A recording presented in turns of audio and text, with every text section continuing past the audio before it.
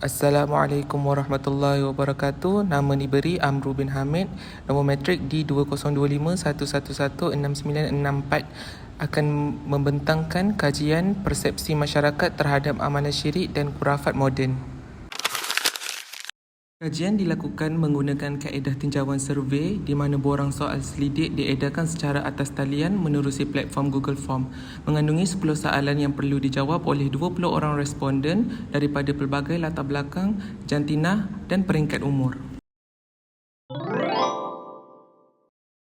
Ayat Al-Quran sebagai tangkal moden. Penggunaan ayat Al-Quran sebagai azimat atau pelaris perniagaan terbukti masih berleluasa apabila 70% responden mengakui pernah menemui amalan tersebut. Walaupun 80% responden tidak mempercayai keberkesanan fizikal tangkal tersebut. Sebanyak 85% bersetuju bahawa pergantungan mutlak kepada objek tersebut adalah syirik. Air penawar dan syarat-syarat aneh.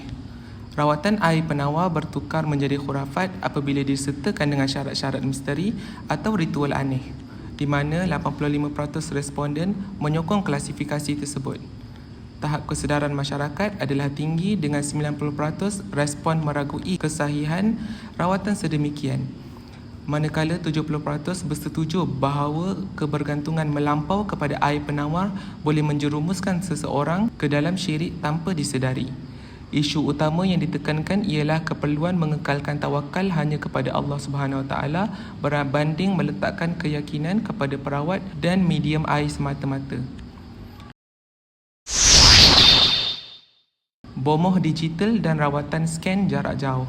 Kemunculan bomoh digital yang menawarkan perkhidmatan mengesan jin melalui gambar telah dikesan oleh 90% responden di media sosial. Namun 60% daripadanya tidak mempercayai kemampuan gaib tersebut. Dakwaan mengetahui perkara gaib melalui kaedah scan image ini dianggap sebagai satu bentuk tilikan yang diharamkan, dengan 75% responden bersetuju bahawa kaedah ini lebih cenderung kepada unsur khurafat berbanding ruqyah syar'iyah. Fenomena ini menunjukkan penyelewengan akidah yang menyesuaikan diri dengan teknologi moden bagi menarik perhatian masyarakat yang terdesak.